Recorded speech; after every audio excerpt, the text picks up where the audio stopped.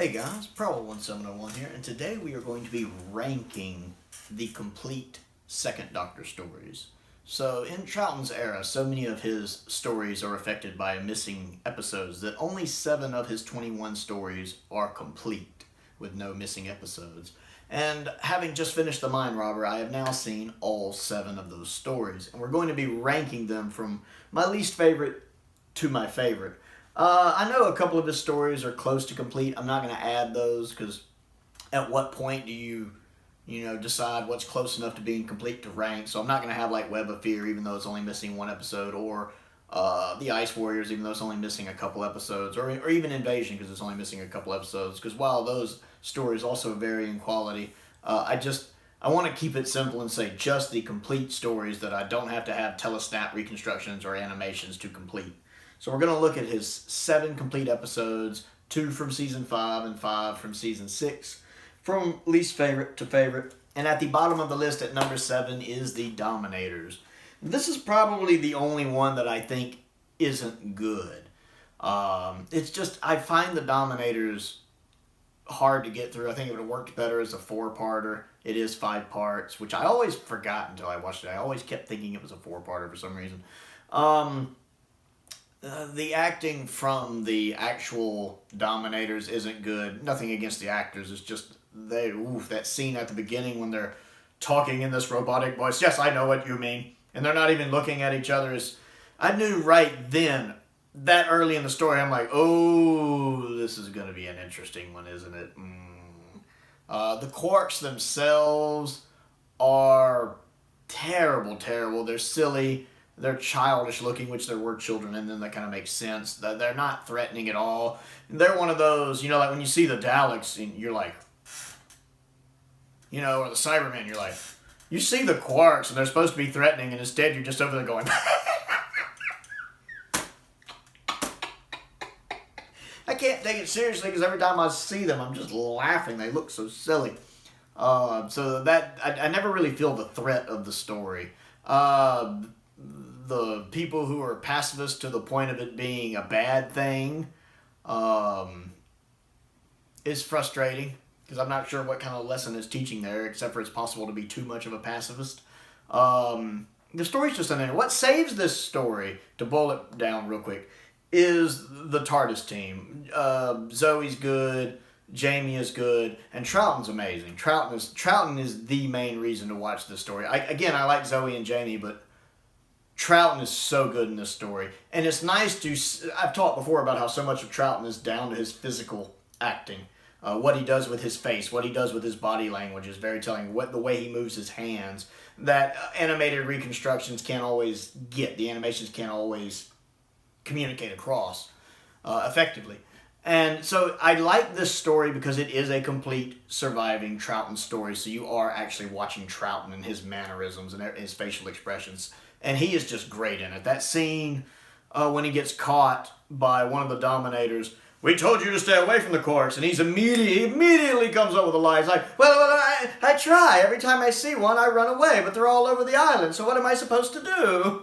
It's just the fact that he immediately has that lie coming out. And he says it to the guy without batting an eye. And in that very slouched over, hi, I'm silly, I'm not threatening in any way, don't pay any attention to me, type thing, that trick he can do so well. It's such a treasure to watch him. I like that part at the very end of the episode when he's, it's all right now. He's patting his face with his handkerchief. It's all right now, Jamie. Well, what about the lava? It's all right. It's only a danger to people on the island.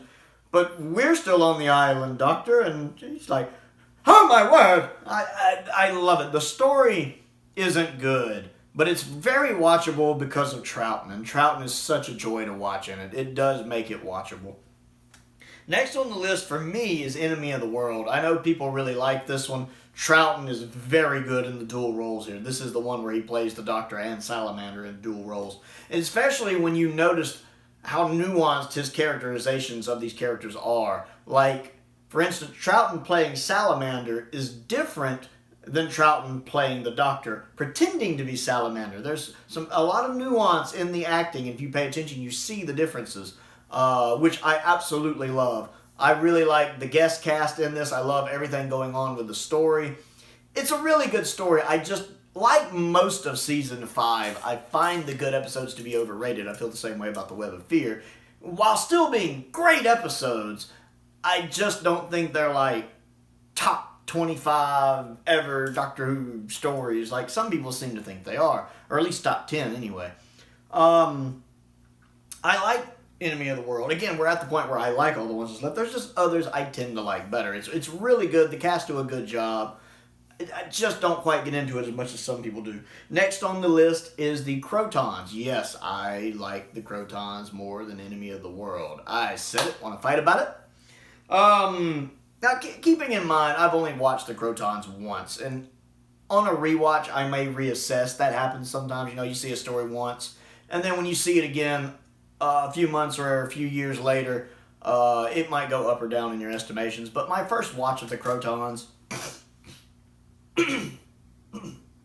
I really enjoyed it. I thought it was a good story. I thought it was a very underrated story. And maybe that's part of it, too. I went in with the knowledge that it's not regarded as a good story, but I also went in knowing it's Bob Holmes, and I tend to like Bob Holmes, so I tend to think it can't be as bad as they say. Really looking forward to Space Pirates getting animated. But I enjoyed the Crotons. It has a lot of depth to it. There was several scenes. Again, it's not as fresh on my mind that I really liked. I really love that scene between the Doctor and Zoe when he's at the computer. What's this new? Come back here. What's that button? Never mind. I figured it out. Go away. I love all of that when he's sending her back and forth and she's still over there going, just... I love that whole little bit. It's so adorable to watch. He's almost in like this adopted father role to her, and I love it. I am so there for it. The Crotons has a lot of really key moments. Even if the story as a whole doesn't measure up to the sum of those moments, it has a lot of really, really good moments that I really enjoy and are executed really, really well. Next on the list is Tomb of the Cybermen. This is another example of a Season 5 story that's a little overrated while still being very good. I like Tomb of the Cybermen. It's better than almost any Cybermen story in the modern series because the Cybermen are actually threatening in it.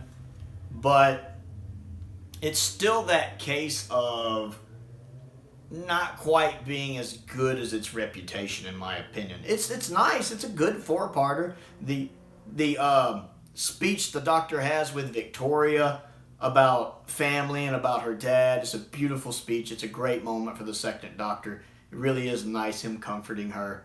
Unlike, say, I don't know, the one we got now, if somebody came up to her and was like, hey, I'm concerned about my cancer, and she's just like, oh. This is what the Doctor actually does. He actually sits and comforts his companion and makes them feel better, because that's what the Doctor does. And then, of course, the scene when the Cybermen are first waking up and coming out of their tombs. That's very iconic for a reason. That's really well written. That's very well executed. Very well directed. I forget who directed Tomb of the Cybermen, but they did a really good job here. It does have a really good story. And I really like, even if some of the human characters are the guest characters are a little two-dimensional. And I'm not quite as keen on that Cyberman design. I don't like the sounds they make in it. I much prefer the 10th Planet design over what they kind of look like in most of the Troughton era. At least all the way up until the Invasion design, which I love the Invasion design. As much as I love the Moon Base, I'm not keen on that design either. So this is where our tomb falls. Next on the list is Seeds of Death. I like Seeds of Death. It's a much better story to me than the Ice Warriors. I find the Ice Warriors not bad, just very mediocre. I don't really get into it. But I really enjoyed Seeds of Death on my last rewatch of it. I really feel bad for that one guy who he's kind of helping the Ice Warriors. And it's not that he wants to. He's just kind of a cowardly guy. It's just his nature. Some people are like that. And you can tell he just wants to live. He just doesn't want to die. He's scared. He's terrified. Although at the end he still does the right thing. It gets him killed, but he does the right thing. I like how a couple people on the station do fight the Cybermen. Like the one guy who traps, not the Cybermen, the Ice Warriors, like the one guy who traps the one Ice Warrior in the room that kills him. The guy who manages to save the Doctor when the rocket's going out of control, which is a great cliffhanger with the rocket going out of control. It's a really good story, and again, Troughton is really good, and Troughton's always good. There's never a story where Troughton's not good. Let's just make that clear. I just think it's a much better story for the Ice Warriors than the Ice Warriors. Number 2 on the list is The Mind Robber. And again, maybe it's because I'm just coming off of it. Maybe I'll feel differently in a year or two when I rewatch it. But I really loved The Mind Robber. I really enjoyed it. It's so different. I love that Doctor Who is the kind of show that can pull this type of story off really well, where they're outside of time, outside of reality, and they're in this kind of fiction land where we're meeting all these fictional characters, and all of these things happen that couldn't happen in a normal TV show or even a normal Doctor Who, with all of these odd things like the woods being, letters on a page, and meeting all of these fictional characters, the Minotaur, all that kind of stuff going on is really well realized. I love that they take this very less is more approach, this very minimalist approach, which is really good for Doctor Who's budget. They worked to their budget here and pulled it off with a very minimalist take on things, which fits in that world. And it has this very fantasy feel to it, this very surreal feel to it. There's this very surreal atmosphere to this story. Again, Troughton is in top form here. Jamie, both of them are in top form here and do a really good job. They did a really good job of working around Fraser Hines getting chicken pox. This is the perfect story if that had to happen for that to happen. Bringing in the other actor who had to play him in episode 2, that was really well done. I really, really just love the tone and feel of this story. And that episode 1 cliffhanger is probably one of the best, I'd say top 25 cliffhangers in all of Doctor Who. Really, really well done. And then my personal favorite is the War Games.